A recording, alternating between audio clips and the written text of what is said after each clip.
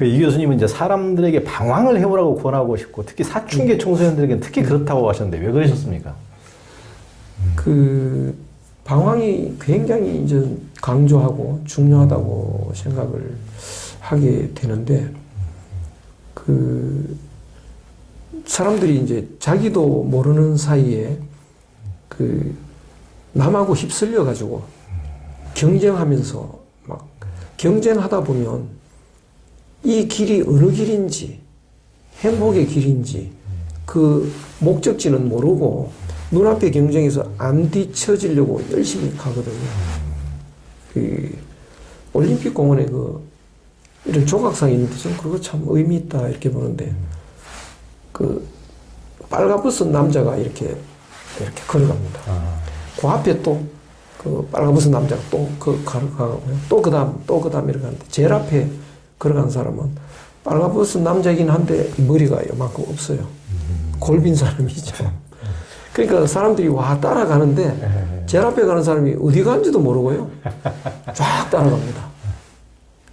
그런 현상이 가끔 있어요. 우리도 뭐 이렇게 그렇죠. 모임에서 밥 먹으러 가는데 목적지가 저긴데 이제 어떤 사람이 이쪽으로 한 사람 가면 와 따라갑니다. 그렇게 자기도 모르게 이제 한 15살, 17살까지 와버렸다고요. 그때는 이제 그러다가 그때 되게 이제 그전에는 뭐 부모 슬하에 또 있다가 그때는 이제 밖으로 나오는데 밖으로 나와서 자생을 해야 되는데 지금까지 습관대로 이제 가다 보면 그 결국은 인생길이 어떤 목적으로 가는지 이제 모르게 되는데 그때 그 부모의 슬하에서 벗어나서 나는 뭐냐 이제 그때 자립이 되는 때인데요. 그때 내 인생은 뭐냐 이거를 좀 생각해야 될 때인데 누구나 생각을 하게 됩니다. 또 자연히. 그런데 우리의 입시 제도 때문에 사춘기에 그런 사춘기답게 보내는 기회를 이제 이렇게 안 주는 거죠. 그래서 참 우리가 불행하게 되는데 그래서 그 나는 누구냐 이대로 살아서 행복하냐 내가 지금 열심히 경쟁하고 있는데 무엇을 위한 것이냐 결국은 뭐 인류학교 가려고 하는 거냐 인류학교 졸업하고 나면 취직을 해서 돈을 잘 번다는 거냐 그럼 돈을 벌고 나면 그 다음에 어떻게 된다는 거냐 이렇게 이제 자기를 생각할 기회가 그때 확 쏟아져 나오는데요. 그래서 곰곰이 생각하면 지나온 시간이 금방 왔듯이 남은 시간도 금방 갈 거라고요. 그러고 나는 한 줌에 재가 되어서 사라진다. 그 일생을 쭉 잘 판단해 보면 내가 이런 삶이 될 수는 없다. 목적지를 잘 알면요. 그래서 이런 그 허망하게 끝나는 인생길이 도저히 아닌 길은 없을까. 그런 이제 고민을 좀 해봐야 되는 거죠. 그래서 고민을 골똘히 하면 할수록 인생은 이렇게 비극일 수밖에 없느냐. 그러다가 이제 그 몸부림치는 과정에서 뭐 옛 경정도 이제 눈에 들어오고요. 뭐 예수는 왜 그렇게 살았을까? 석가모니는 왜 그렇게 살았을까? 뭐 이런 것도 생각해 볼 수 있고, 그럼 그런 경전도 뒤지게 되고 이러다가 보니까 이 진리의 길이라는 게 있다는 걸 이제 알게 되죠. 그럴 때 행복이 뭔지를 행복의 길로 가게 되는데 그 행복의 길은 얼마나 방황을 처절하게 했느냐에 따라서 정확하게 다가오는데요. 그런 방황을 안 해보고 예컨대 교회를 갔다.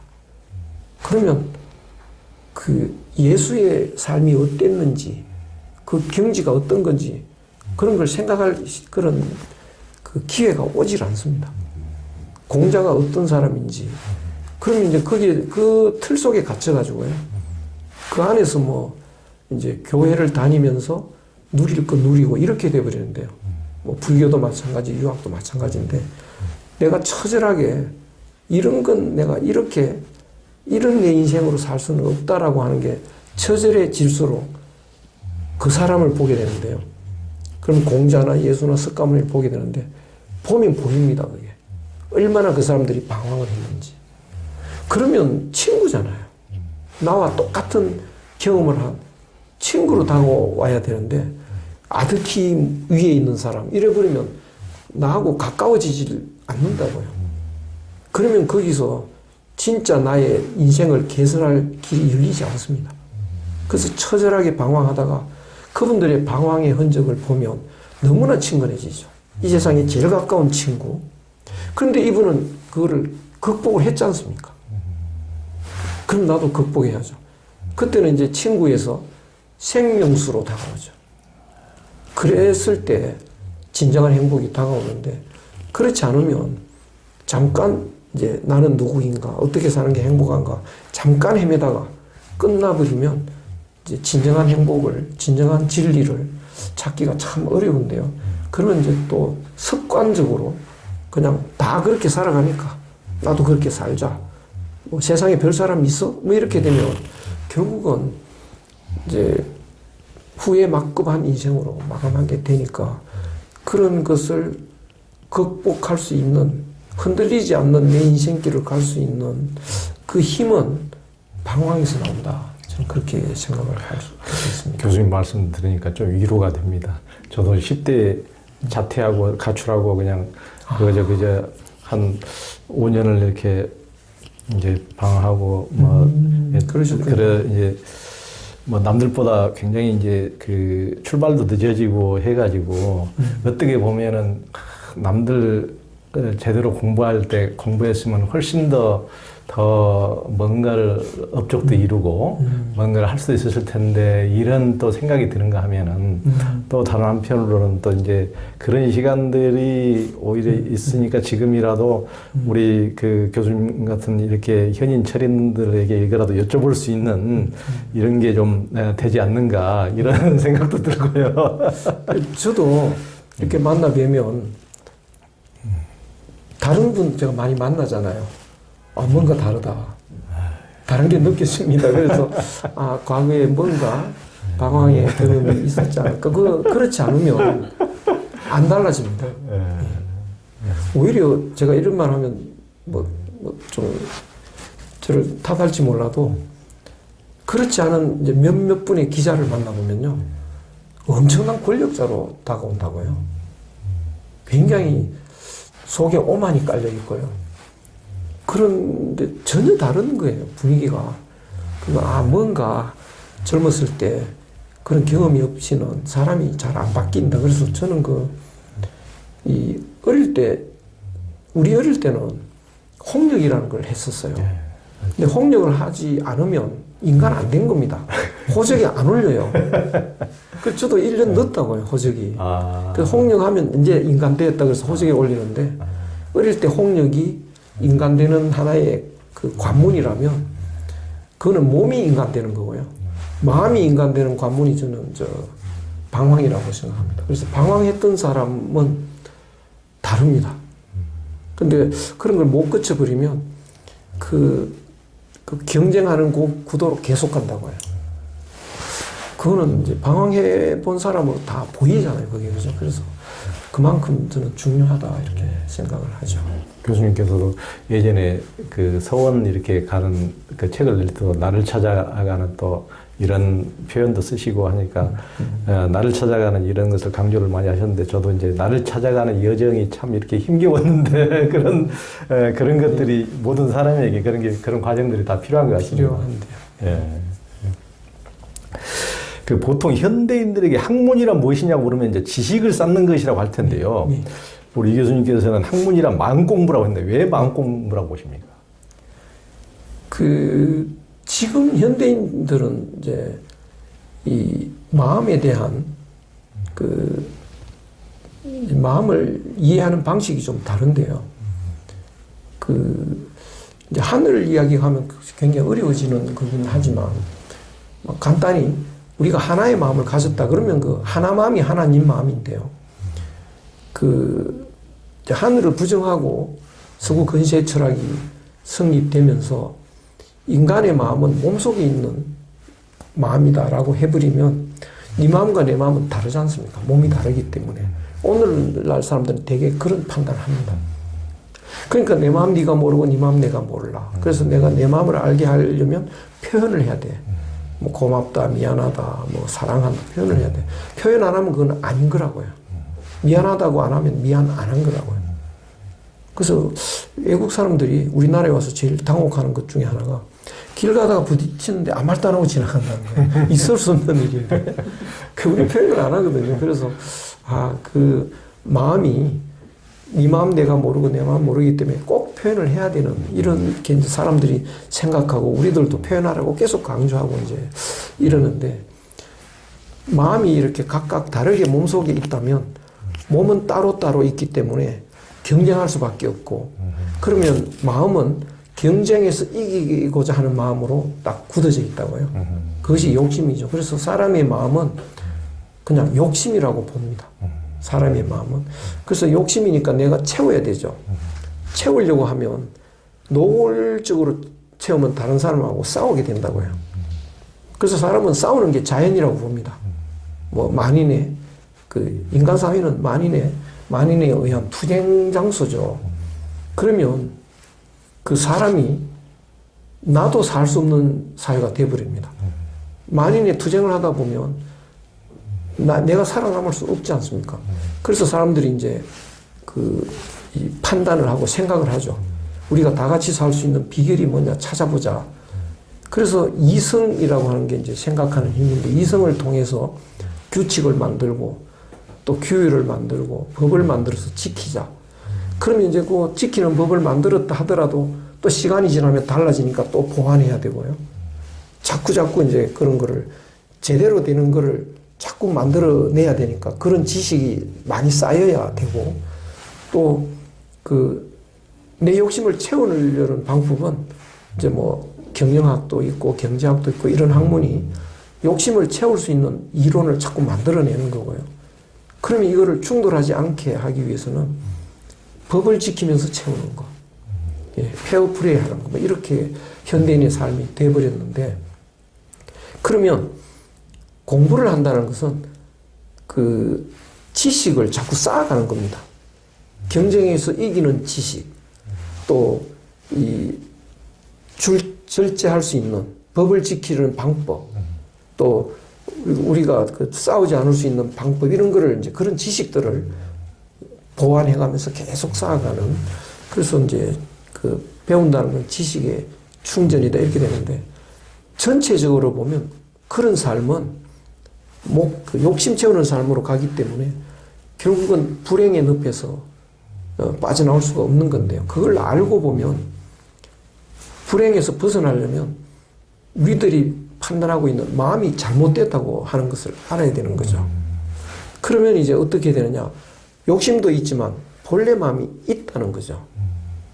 그렇게 이제 마음을 그렇게 보면 우리가 해야 될 일은 욕심을 버리고 본래 마음을 회복해야 된다.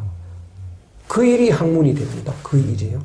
그러니까 지금 사람들이 하는 학문은 욕심 채우는 또 절제하면서 채우는 그것인데 그것은 이제 이성의 힘을 가지고 하는 거고 이성을 자꾸 강조해야 되는데 욕심을 버리고 하늘 마음으로 본래 마음으로 돌아갈수록 사람은 느낌의 그 삶이 이성을 떠나서 느낌이 충만하는 삶으로 바뀝니다.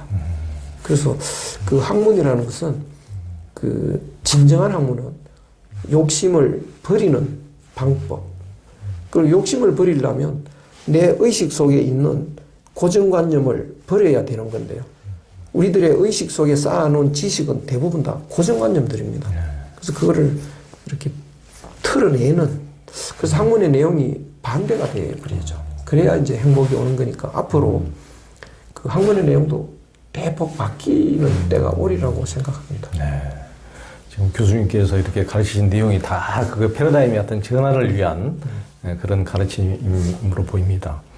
그 한국인들은 배고픈 것은 참아도 배 아픈 것은 못 참는다고 할 정도로 시기와 대립과 갈등과 분열이 어떻게 보면 심한데요. 이런 한국병의 원인은 무엇이고 치유법이 있을까요?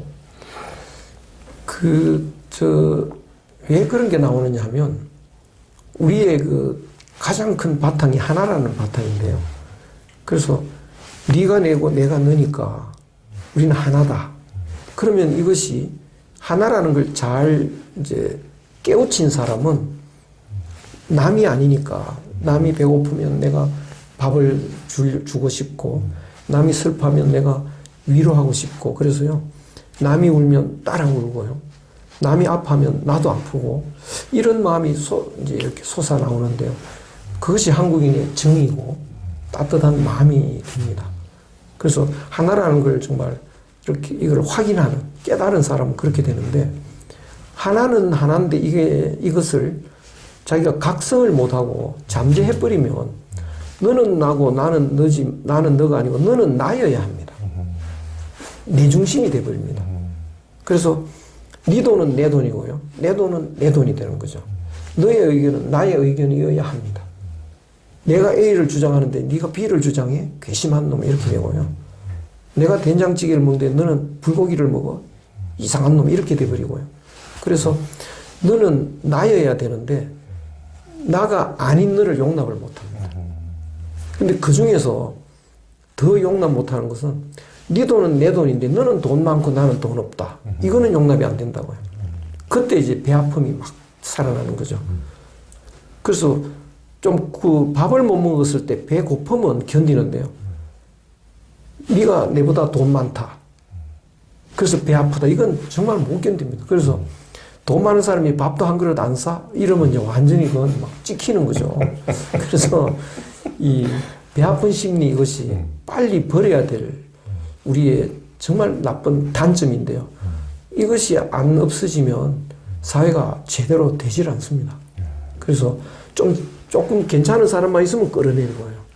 네가 유명해, 네가 잘 나갔어, 뭐 이러면서 이제 반발을 하고 악플 달고 완전히 해코지를 하게 되고 이래서 전체가 이렇게 흔들리게 되는데 그래서 이 단점을 없애려면 먼저 자기의 불행이 뭔지, 자기의 진짜 행복이 뭔지를 알고 진짜 행복을 찾는 노력을 해서 우리가 정말 하나인 본질을 회복하는 거 그러면 정말 대자대비한 마음이 나오죠. 그래서 한국 사람 중에는 다른 나라하고 달리 이렇게 양분이 되는데요. 저는 이거를 이제 모래시계형이라고 하는데 모래시계가 이렇게 위아래로 양분되지 않습니까? 그래서 훌륭한 사람은 너무 훌륭하고요. 시원찮은 사람은 정말 더티한 한국인 이렇게 나누어지는데 그래서 그 훌륭한 한국인이 많아져야 되지 않습니까? 그러면 그쪽이 많아지려면 이제 지금은 아래가 많은데 뒤집는 노력을 해야 되겠죠. 올해 같은 경우에 그 우리나라 사람이 이렇게 이제 욕심이 조금 생기다가 그 우리나라의 그 본질은 우리가 하나라는 본질에서 욕심이 좀 생길 때는 그 정신이 없는 사람은 그 길로 확 가버리지만 많은 사람들은 이게 아닌데 이 길이 아닌 것 같은데 이런 찜찜함이 이게 꼬리를 뭅니다. 그래서 누구죠? 장사익 보면 이게 아닌데라는 노래가 있어요. 이게 아닌데 막 한 맺히게 부릅니다. 그래서 이게 아닌데 그러면 결국은 돌아가야죠. 돌아가면 그게 고향이 있고 하늘이 있고 그게 이제 진정한 행복이 있는데 그 눈앞에 욕심에 너무 눈이 멀면 그냥 가버리게 되는데요.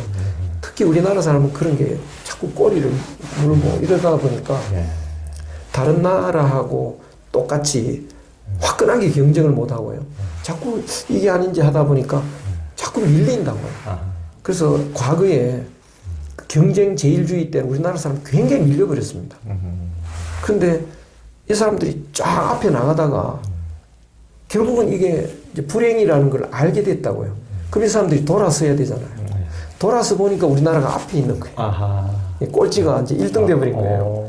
그러니까 근데 그 사람들이 왜 우리를 앞에 있다고 하느냐. 우리 정서가 앞에 있는 정서니까. 근데 우리가 그걸 알면 우리도 돌아서야 됩니다. 우리는 늦게 왔는데 앞에 있는 거라고요. 돌아서면 진짜 1등이 되겠죠. 이거 중요하신 말씀입니다. 또 이 교수님이 예전에 이제 10살 전에 더불어 사는 법을 가르쳐라는 책을 펴셨는데요. 요즘 부모들은 이제 더불어 사는 법보다 경쟁에 이기는 법을 빨리 터득하기를 바라는 경우가 많을 텐데요. 더불어 사는 법을 애들한테 가르치라고 하신 이유가 뭡니까? 그거는 참 에피소드가 있는데 저는 제목을 공자의 자녀교육법이라고 했어요. 출판사에서 바꿔왔습니다. 공자의 자녀교육법 그걸 막 책이 안 팔린다. 근데 어릴 때부터 우리가 남이 아니다라는 그 바탕이 인간되는 바탕인데 그 공자가 이제 그런 걸 공부하기 이전부터 그런 분위기가 되도록 부모가 그런 걸 유도하라는 건데, 예컨대 뭐 학교 갔다가 이제 자기 옆에 있던 짝꿍이 뭐 이렇게 몸이 더럽다든가 아니면 책도 없다든가 연필도 없다든가 이러면 이제 집에 와서 하소연 하죠. 그러면 엄마가 걔하고 놀지 마라.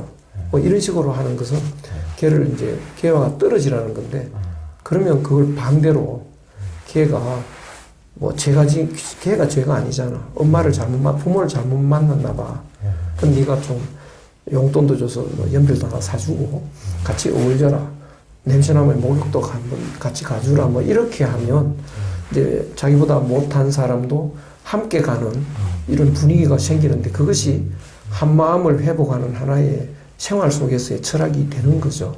그런 분위기를 이제 애들한테 가르쳐 주고, 그것이 다 그런 행동이 될 때, 그때 그걸 가르치라는 겁니다. 이게 공자의 교육법인데요. 그 오늘날에 굉장히 귀한 가르침 같아 보입니다.